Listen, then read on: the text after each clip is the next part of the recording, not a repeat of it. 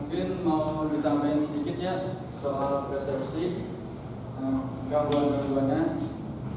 Nah ya, yang pertama itu gangguan persepsi menurut Maramis 1999 terdapat macam gangguan persepsi, yaitu yang pertama ada halusinasi atau mafat. Halusinasi adalah persepsi tanpa adanya rangsangan ataupun panca indera seseorang yang terjadi pada keadaan sadar atau bangun. Dasarnya mungkin organik, fungsional, psikotik ataupun histerik. Secara singkat, halusinasi adalah persepsi atau pengamatan palsu. Jadi halusinasi itu ada banyak ya, ada macam-macam. Mungkin ada saya bacakan 4. Yang pertama ada halusinasi optik. Halusinasi optik adalah halusinasi penglihatan.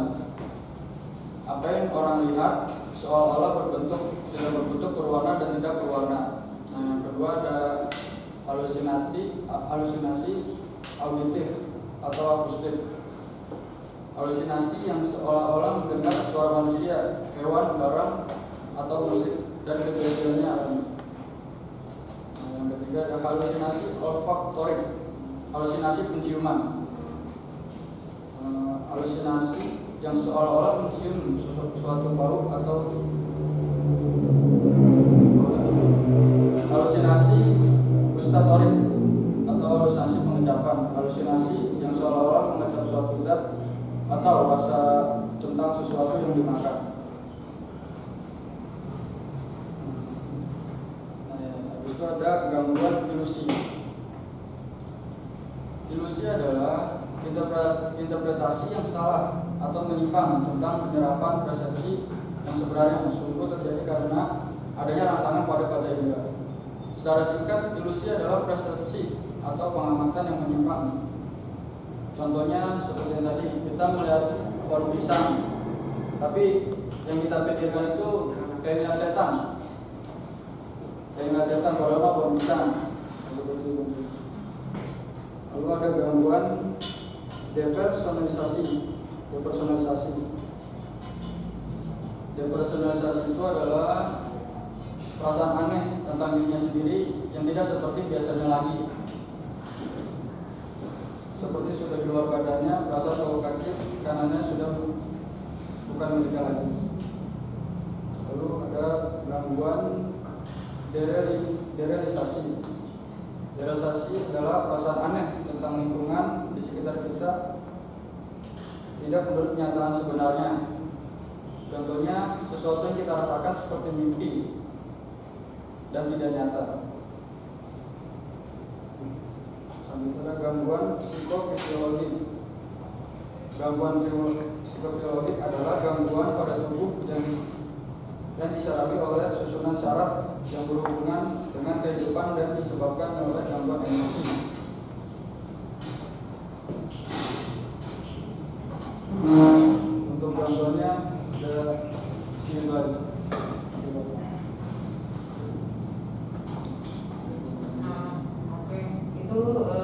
Gangguan persepsi ya, atau apersepsi atau dispersepsi itu sama ya. Ketika bicara tentang apersepsi, ketika bicara tentang dispersepsi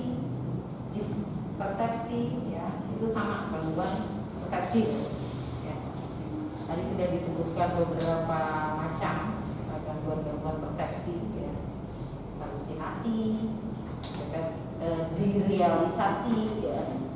Jadi kalau kita kayak misalkan kita di suatu kegiatan sehari-hari lah, tiba-tiba semuanya seolah-olah kayak mimpi aja gitu loh. Sesuatu kok menjadi begitu saja ya gitu. Kok rasanya kok kayak kita nggak nginjek bumi, nggak down to earth lah istilahnya. Itu biasanya kita mengalami yang namanya direalisasi. Ya, jadi kesalahan persepsi, gangguan persepsi, seolah-olah kita tidak ada di dunia ini gitu loh. Maksudnya nggak di sini loh gue gitu loh. Gimana sih ya? Pernah nggak sih ngerasa kayak gitu? Kayak misalnya deja vu, ya? Ya, itu masuk dalam direalisasi, ya. Gangguan persepsi masuk dalam gangguan persepsi. Kayaknya kita pernah ngalamin ini nih, gitu kan? Tapi di mana, kapan, gitu kan? Nah, itu dijawab salah satunya.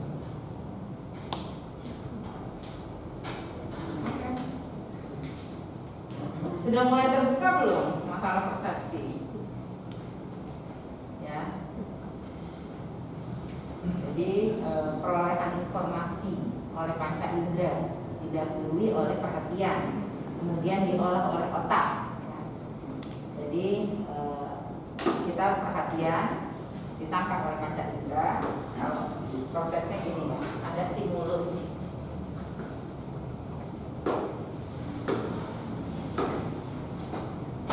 Ada stimulus, terus ada perhatian, attention ya, terus ditangkap oleh panca indera.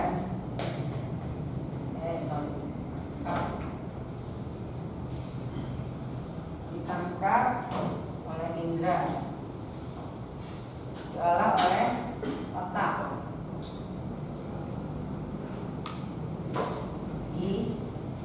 Sehingga ada yang namanya interpretasi,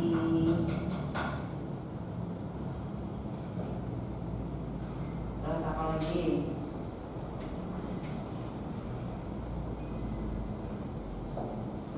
Ya, diartikan, ada pengertian gitu ya. Terus pemahaman, seperti itu dan sebagainya. Ya, ini prosesnya persepsi.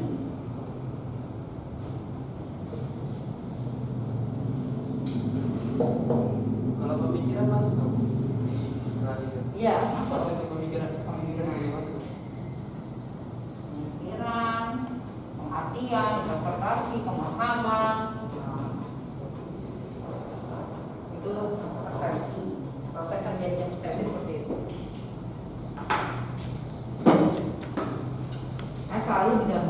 Selalu didahului oleh yang namanya perhatian. Kalau kita nggak perhatian, makanya kenapa sih kita harus perhatian?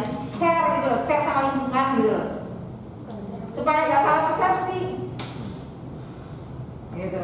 Kayak misalkan kesalahan persepsi kita kayak seolah-olah melihat sesuatu. Kalau misalkan malam kita jalan itu kan pengennya cepat sampai rumah kan. Kayak sepi jalanan gitu kan, ada takut ya, ada tekanan dari jalan gitu kan, takut, jadi kita nggak care kan sama lingkungan. Buru-buru mau yang kanan kiri kan. Terus ya kita rumah gitu kan. Nah begitu kita dengar sesuatu atau kita melihat sesuatu ya di luar diri kita lebih sensitif ya, indera kita lebih sensitif ya.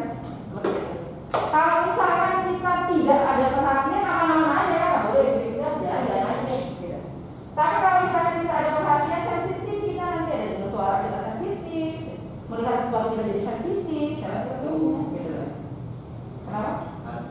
Iya. Iya, yang karena pikiran kita, karena ada perhatian tadi gitu loh.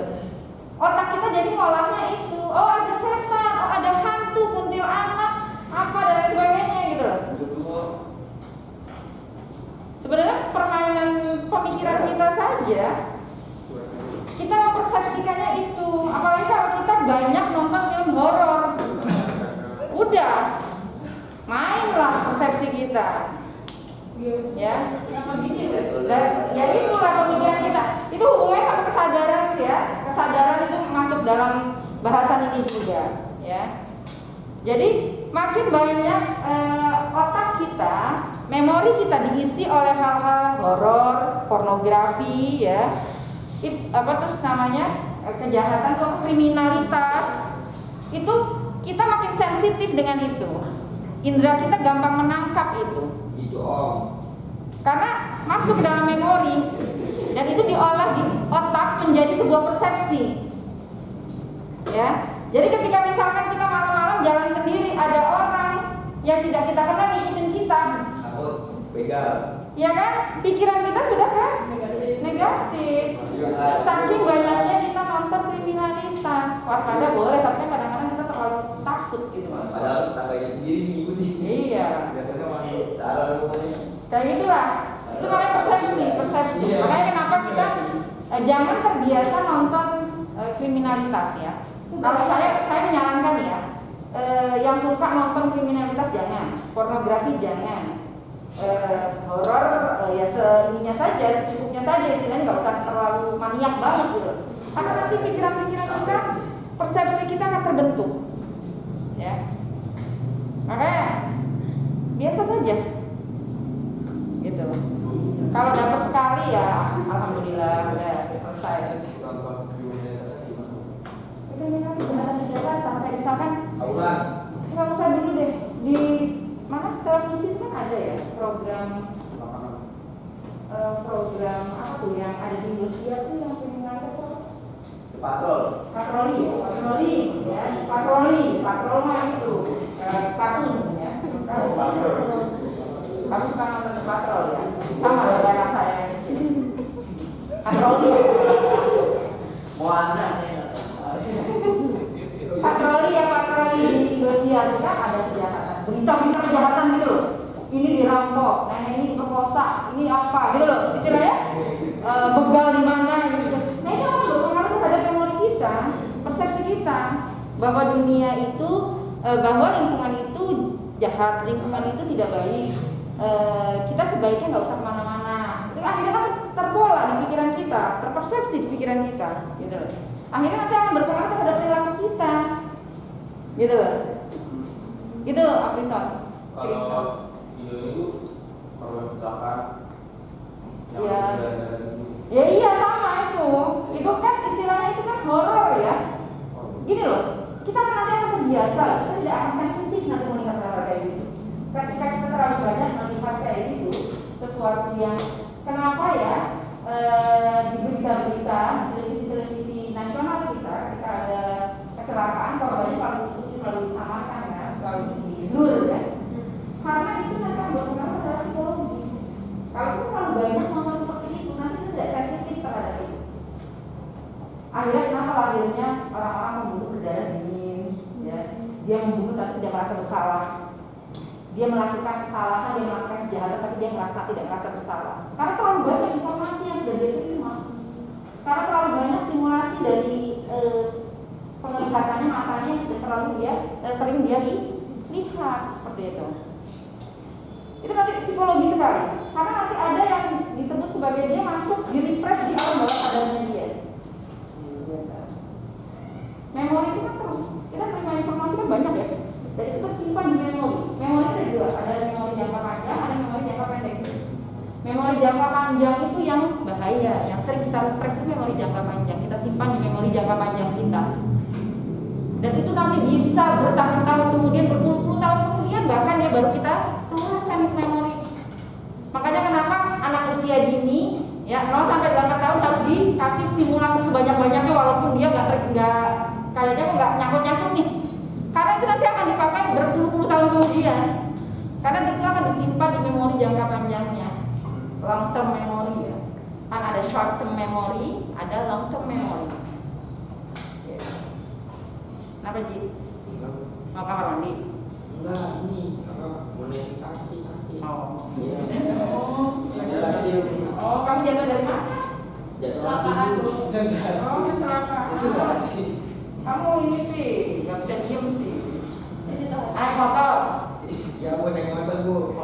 Joki bu. Hati-hati. Pembalap. Oh, kamu ke joki? Iya. Iya bu. Iya, benar. Bohong bu. Oke. Bu, saya boleh ini nggak bu? Balap. Boleh.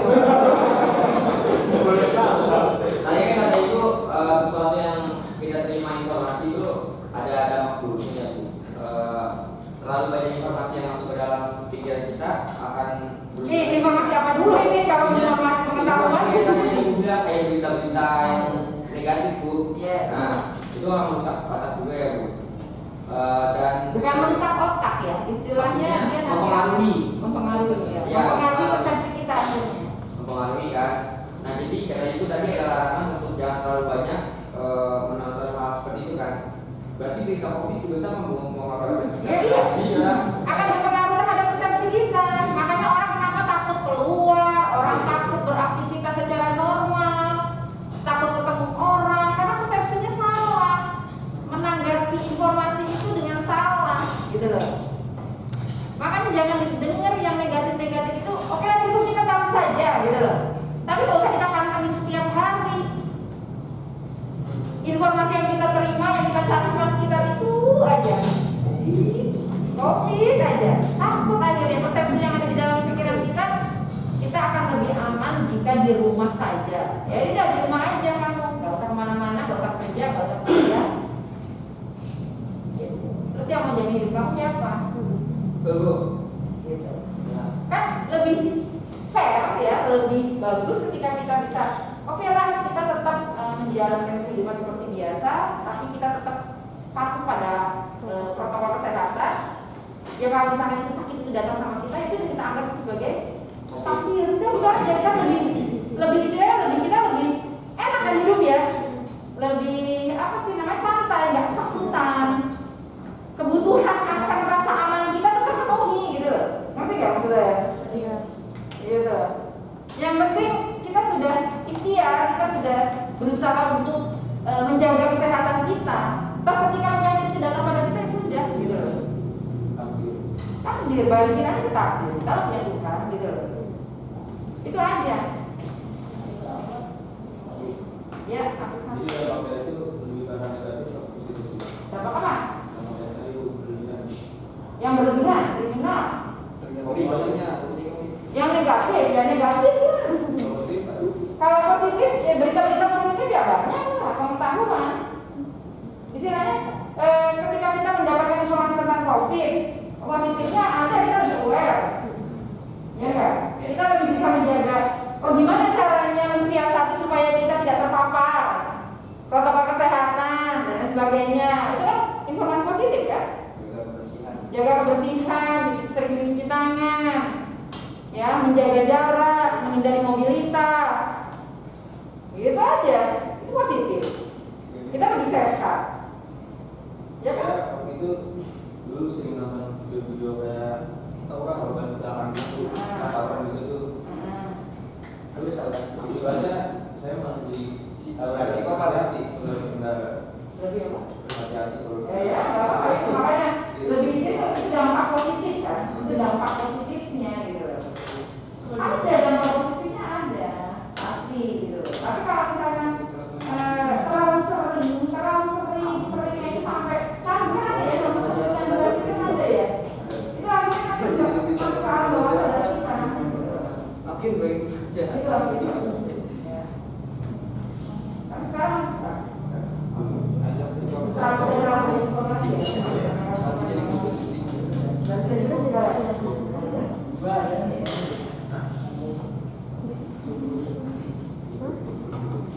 ada lagi mau ditanyakan? Persepsi dan motivasi. Kalau pornografi ya, kalau pornografi itu gini, sesuatu pornografi itu sama kandungnya seperti nafza, narkotika, apa? Nafza itu singkatan dari narkotika. Kok lupa saya? Zat adaptif pokoknya. Ya, narkotika, kayaknya apa? Psikotropika, ya. Nafza, narkotika, psikotropika, zat adaptif, ya. Nafza, ya. Itu sama. Dia akan merangsang ya dopamin yang ada di sel otak kita. Dopamin itu hubungannya dengan kesenangan, pleasure, ya, kebahagiaan, kesenangan, kepuasan. Itu dopamin. Jadi kayak kita disuplai kebahagiaan lah, istilahnya seperti itu. Ya. Jadi ketika kita tidak menonton, ya, itu rasanya kayak sakau. Kayak kita kalau kecanduan narkotik, ya, narkoba, itu kita sakau. Sakaunya beda. Gitu. Gelisah, tidak konsentrasi. Bisa tidur. Ya, bisa tidur. Rasain ya kami ini ya. Aku kalau saya baca-baca Ya. bisa dibaca. sehingga akhirnya itu tadi jadinya perilaku yang kita timbulkan adalah gelisah, mudah gelisah, tidak konsentrasi, mudah lupa, antisosial dan lain sebagainya. Ya. Tapi Bu, kalau misalkan dia nonton pornografi untuk belajar gimana Bu? Ya kan beda. Sebenarnya pornografi untuk pembelajaran itu kayak apa? Kayak apa Bu? Kayak apa coba Ji? Kayak misalkan kita belajar biologi tentang sistem reproduksi. Kan bukan pornografi ya? Kita nggak akan guru nggak akan memperlihatkan video mempraktekkan cara bereproduksi manusia, nggak mungkin kan? Maksudnya kan saya nggak ngerti apa-apa nih Bu. Itu proses alamiah. Nggak usah pakai belajar, nggak usah pakai nonton, kalian bisa sendiri nanti. Caranya Bu? Ya kamu nikah dulu. Kamu nikah dulu aja. Nanti juga kamu ketemu caranya sama pasanganmu. Nikah dulu Bu, namanya Bu. Ya, kamu nikah aja dulu. Percaya sama saya, kalian tidak nonton, kalian tidak baca, kalian tidak pernah mendengar, melihat dan apalah ya. Orang yang ditinggal di gunung, yang minim informasi saja bisa punya anak kok. Oh saya nggak ngerti ya Bu. Iya, karena kamu belum melakukan. Saya nggak percaya, saya nggak akan percaya kalau dia belum tahu. Oh ya, sambil saya berdoa mudah-mudahan benar. Itu aja. Ibu teman saya aja Bu benar. Kalau usah pakai belajar, kayak gitu mah nggak usah belajar. Nggak ada belajarnya lagi juga, kamu mau berguru sama siapa juga nggak ada yang ngajarin. Kayak gitu mah udah alami saja, proses alami. Bisa sendiri nanti kamu pinter. Pinter cari jalan mana saja. Ya. Dengan cara apa saja. Tanya jalan. Emang ngerti sayang.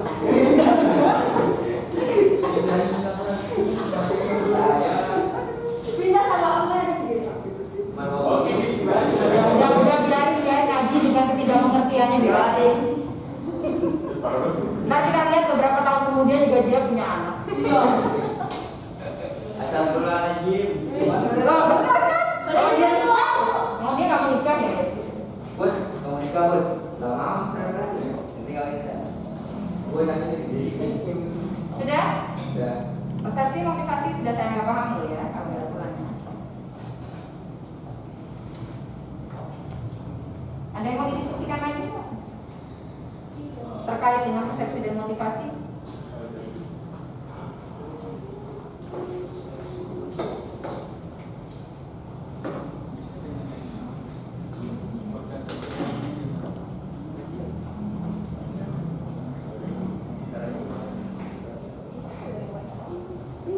Ayo tanya, jangan jauh.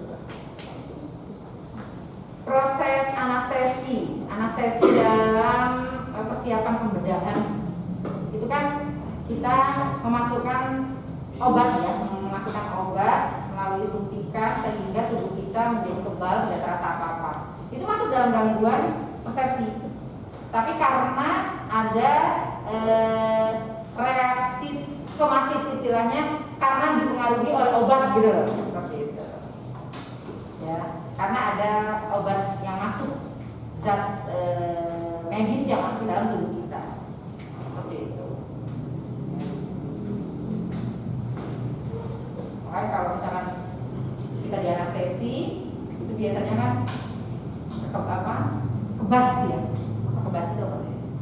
Semutan, nggak berasa apa-apa, mati rasa. Ya. Ada yang pernah dioperasi ya? Sunat. Waktu sunat ketika dipotong ininya nggak terasa kan? Ya, itu kebas lah, istilahnya kebas. Karena dianestesi kan. Masih agak disuruh Ya, kalau dulu saya pernah operasi usus buntu ya. Begitu selesai proses operasi, sadar itu kan rasanya kaki kayak nggak ada kakinya. Rasanya tuh kayak kita nggak punya kaki. Nggak bisa digerakin, nggak bisa. Jalan ya jatuh pasti kan nggak boleh jalan. Kita harus baru tersadar, ketika kita tersadar tuh rasanya mati rasa sudah. Rasanya tuh ada fisik, ada kaki tapi tidak terasa ini ada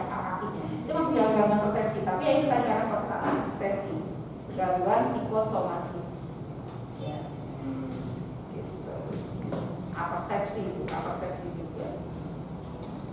Kalau kalian pernah operasi nanti, kalau perempuan biasanya sesar ya. Kalau nanti yang pernah khusus buntu itu kan pasti nanti di anestesi ya. Jadi sadar kita, rasanya benar-benar gak enak. Ketika habis sadar itu gak enak banget. Karena rasanya kayak gak punya kaki gitu loh. Kaki kita kayak lemah gitu. Kayak lumpuh. Nah, lumpuh tuh seperti itu ternyata rasanya ya, mungkin ya. Maksudnya ya. Seperti itu. Jadi ada fisiknya tapi dia nggak berfungsi. Pegang-pegang gini nggak rasa. Sebas. Oke. Sampai ada pertanyaan lagi ya. Tidak ada bahan yang didiskusikan lagi. Dianggap selesai ya. Halo. Apa lagi boleh? Bapak Putra.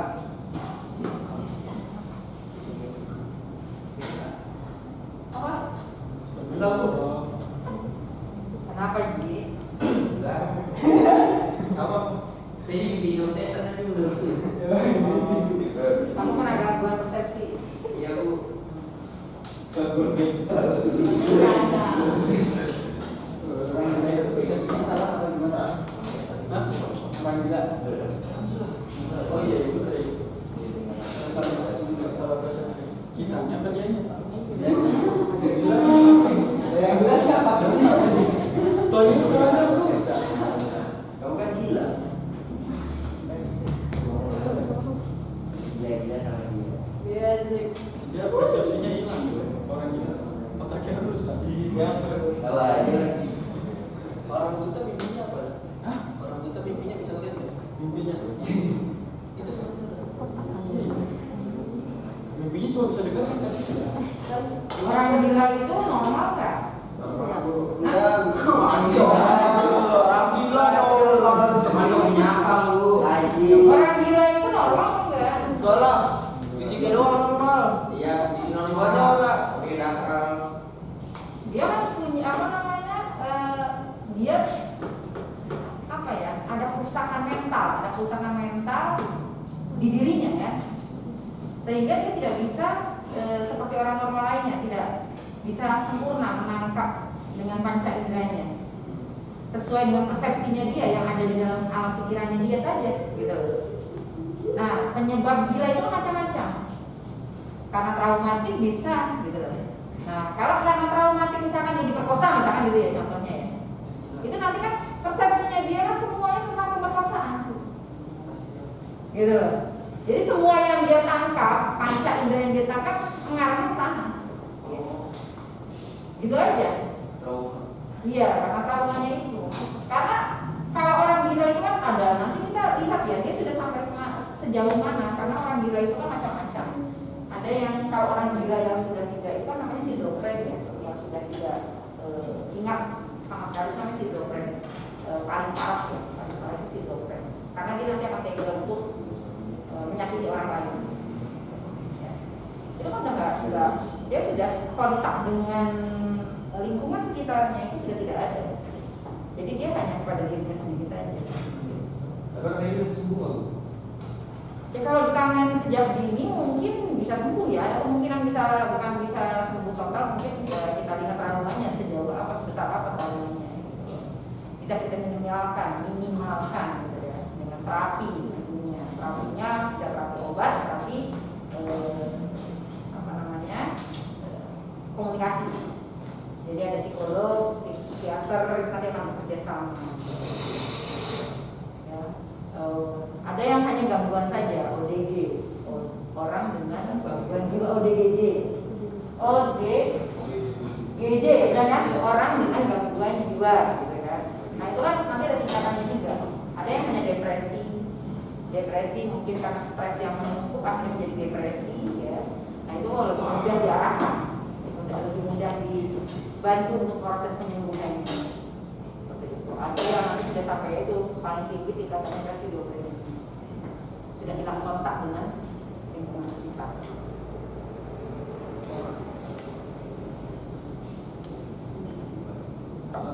Dia akan berbeda dengan orang normal persepsinya. tergantung dia punya penyebab dia menjadi gilanya itu karena apa. Ibu, kalau autisme masuk ke Autisme beda lagi. Autisme itu masuk dalam anak berkebutuhan khusus. Ya, kita bahasanya berbeda. Autisme itu masuk dalam anak berkebutuhan khusus. Jadi dia perlu perlakuan khusus. Ya, perlakuan khusus. Bukan, ya lebih pasti lebih ya dari orang normal lainnya lebih. Gitu. Tapi dia dari segi pendidikannya dia butuh perlakuan khusus, dari kehidupannya dia butuh perlakuan khusus, ya. Interaksi sosialnya juga dia butuh perlakuan khusus dan sebagainya. Dia masuk dalam kategori anak berkebutuhan khusus ABK. Nah, ABK tadi masuk dalam abnormalisme. Ketika kita bicara tentang autis, ya kita bicara tentang abnormal. Karena dia punya kebutuhan khusus.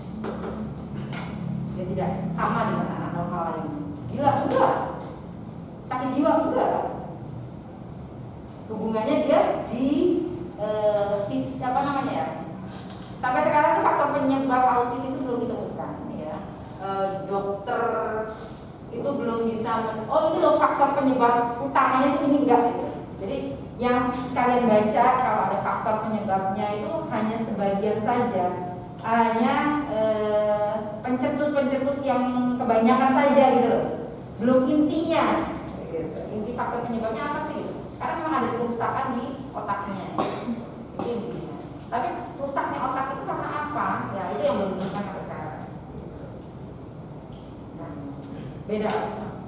Itu bawaan jauh bedanya. Autis itu ada yang bawaan lahir, ada yang setelah kelahiran, ada yang karena faktor pola asuh bisa. Faktor pola asuh itu contohnya gadget ya, gadget terlalu banyak berinteraksi dengan gadget tanpa berinteraksi dengan lingkungan, tanpa bersosialisasi dengan orang sekitar, itu bisa menyebabkan anak jadi autis. Karena kan ada kerusakan dalam otak. Sindrom itu termasuk sindrom apa nih? Sindrom macam-macam. Sindrom itu apa? Sindrom itu apa? Sindrom orang itu sering main game, caranya gini-gini mulu kan sindrom bukan? Sindrom TikTok gitu. Itu contohnya sindrom Markoe. Apa itu? Sindrom apa? Yang joget-joget Bu. Sindrom. Yang ini joget, yang joget sekarang yang joget-joget terus. Sindrom itu namanya sindrom ya. Sindrom itu ada macam-macam ya. Sindrom itu ada lagi Down syndrome kan. Down syndrome itu kan berarti kan IQ-nya di bawah rata-rata.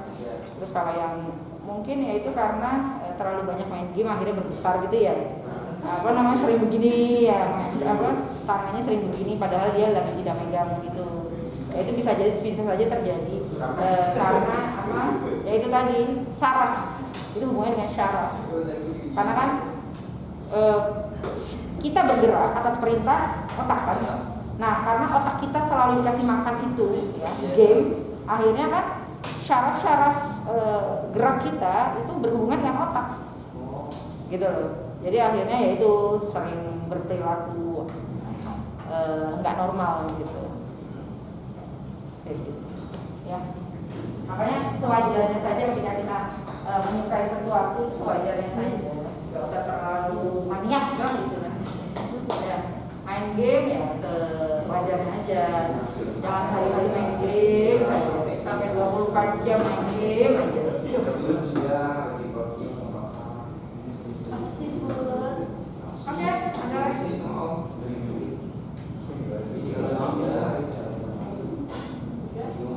Udah ya? Ini setengah lima. Sudah? Ada yang masih di bahan diskusi nggak? Dijadikan bahan diskusi nggak? Bu. Yuk makanya sana. Tanyanya ke sini. Oh ya. Ya. Kita Ayo paham dan mengenal. kan kita Andre cerita gitu tentang Hasan ya. Kalau si Hasan tuh, si Andre tuh cerita gua kalau Hasan tuh gini terlalu buruk. Cerita buruk lah tentang Hasan. Gua padahal nggak buruk-buruk banget. Terus kan gara-gara cerita tentang itu gua, jadi kan gua menjelaskan buruk ya. Padahal nggak, itu termasuk salah persepsi gua sebenarnya. Terpengaruh sama orang. Jadi kan gue menilai asal gue kadang nggak terlalu tinggi gue bukan terlalu persepsi. Enggak, bukan terlalu. Terlalu pasti. Oke sih, terima kasih. Thank you. Ini udah salah ya. Karena yang kita dengar iya, berarti kan itu gue masih tahu lu kan tahu dari luar. Jadi persepsinya yang indra lu yang persepsi lu sendiri. Iya, tapi kan dari indranya kuping lu sebenarnya dijelek-jelekin aja misalnya gua. Berarti lu nggak salah persepsi kalau lu Dia nggak salah ya. ya. Lu nya mana sih? Oh gitu. Lu nya nggak salah. Kan denger bukan dengar langsung. Lu dikasih tahu Andre. Nggak salah Andre. Asal misalnya jelek ini, diomongin lah, asal introvert lah, diam, nggak pernah mau komunikasi gitu, ya kan? Pokoknya jelek-jelek gitu. Kan yang denger lo, kuping lu tuh dengernya jelek-jelek. Kalau misalnya lu punya persepsi bahwa asal jelek itu nggak salah. Kecuali Andre ngomongin jelek-jelek, lu buat ternyata asal bagus itu baru salah. Iya, gue taunya adanya nggak terlalu buruk gitu. Tapi gue ini buruk, gue tau buruk ya. Nah tapi kan lu yang dengernya dari siapa? Lu dari pendengar Berarti Andre yang salah. Andre, ya lu nggak salah persepsi. Lu nggak salah. Kalau misalnya persepsi lu ke Aksan itu jelek karena denger dari Andre, dibilang jelek nggak salah. Karena yang diterima panca indera kan ya itu gitu loh. Yang diterima pendengaran kan itu gitu loh. Terus akhirnya kamu mengolah di otak bahwa Aksan jelek. Kalau dia tuh Ya kan? Iya, Bu. Lihat kan proses persepsi itu. Ya kan? Iya, Bu. Ketika kita melihat itu tuh siklus apa proses terjadinya persepsi, coba deh kalian lihat.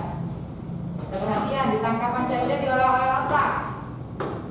Ya kan akhirnya kita mempersepsikannya ya Aksan jelek. Ya kan? Salah persepsi nggak? Ya enggak.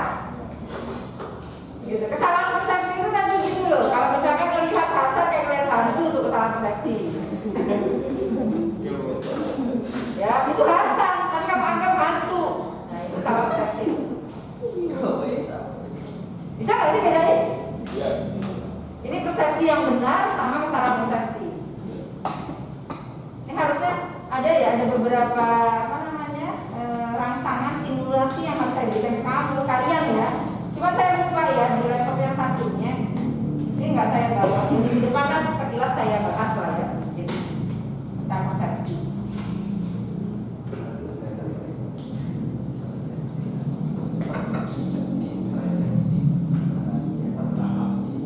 Oke, ada lagi yang ditanyakan? Kalau nggak kita tutup. Ada nggak? Ada. Ada. Apalagi Iwan? Saya pernah jadi memang efeknya berbahaya kan kata tentang yang bapak hanya selesai dengan hanya bercerita.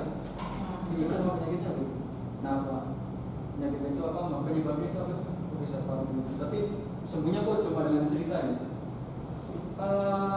Gini loh, kalau misalkan kita hubungkan dengan sesuatu yang tentang kesadaran ya, kita punya alam sadar, ambal sadar, sama bawah sadar. Ketika permasalahan kita repress, banyak kita repress, ya, tidak ada tempat untuk mengungkapkan apa yang kita rasakan, dan itu beban buat kita. Yang kita rasakan apa?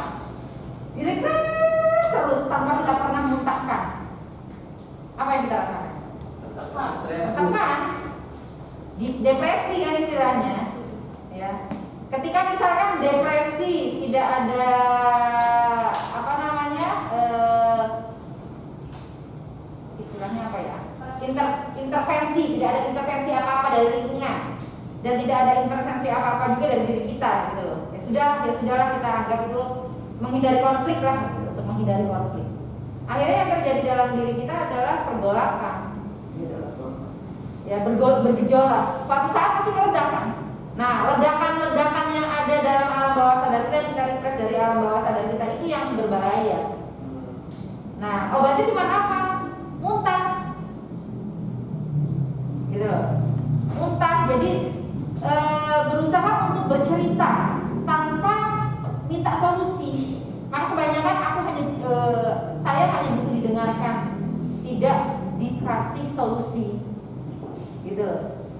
Banyak dari kita yang hanya butuh didengarkan saja. Banyak Bu, tapi sebagian ada nasi Bu. Iya, Iya, banyak Ada orang nasi. nasi. malah debat jatuhnya nanti Bu akhirnya. Enggak. Jadi kadang-kadang kita tuh hanya butuh teman untuk mendengarkan cerita kita.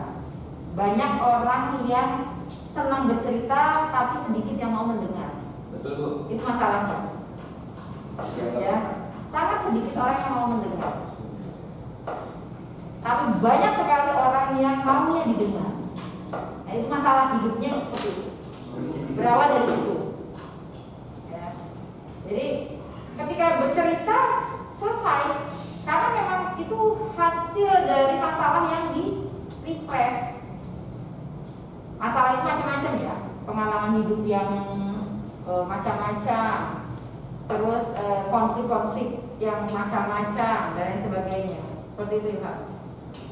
Gitu. Nah kasus yang Freud itu ada penyakitnya apa namanya? Oh, ya kalau yang saya tahu itu banyak sekali itu penyakit-penyakit psikologis.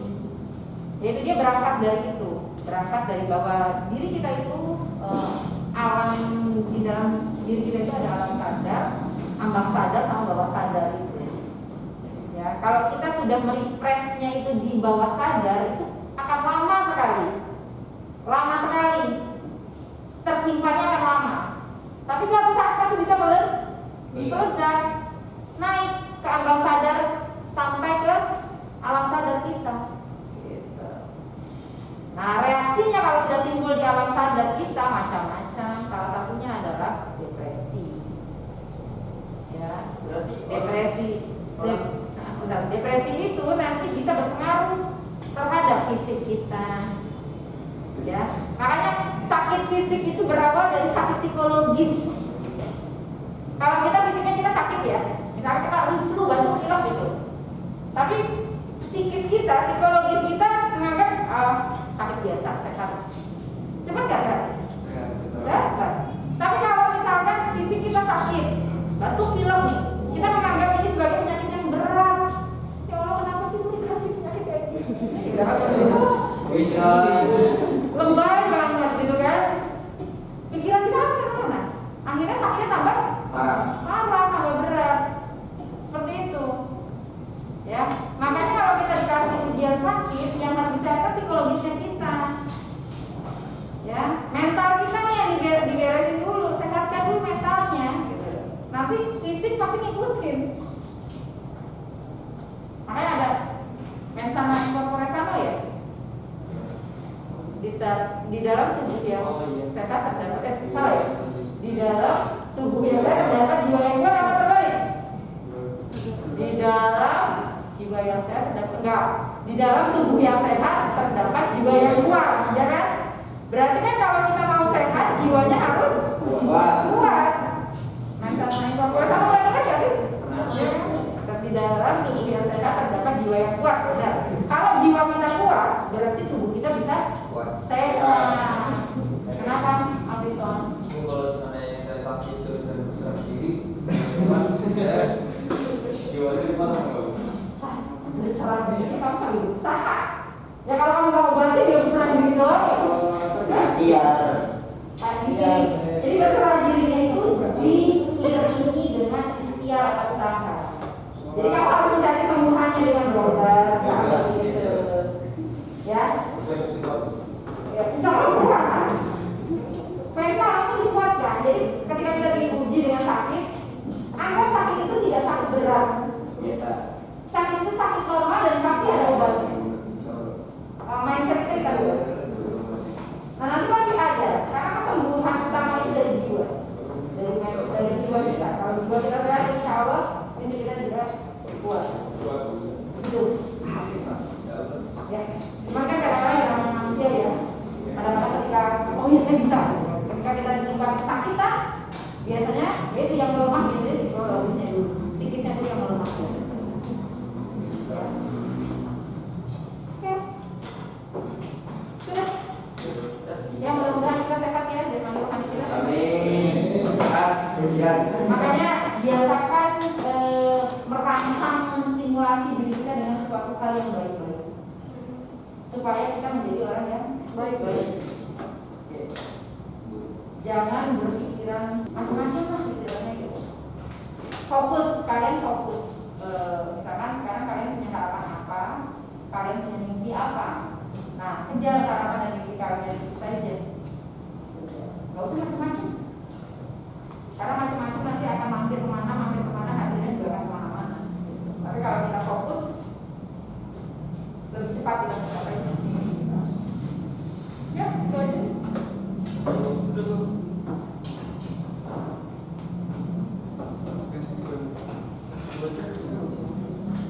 Ya, sekian dari kami dari Kelompok 4. Kurang lebihnya mohon maaf. Wassalamualaikum warahmatullahi wabarakatuh.